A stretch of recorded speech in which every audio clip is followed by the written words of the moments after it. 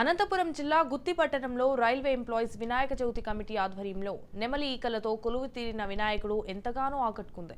ఈ సందర్భంగా ప్రతి ఏడాది వినాయక చవితి సందర్భంగా పర్యావరణానికి మేలు జరిగే వినాయకులను కొలువు తీర్చడం ఆనవాయితీగా వస్తుందని railway employees Vinayaka Chavithi committee సభ్యులు అన్నారు. గత సంవత్సరం నవధాన్యాలతో వినాయకుడి కొలువు తీర్చగా ఈ ఏడాది నెమలి ఈకలతో వినాయకుడిని కొలువు తీర్చమని వారు తెలియజేశారు.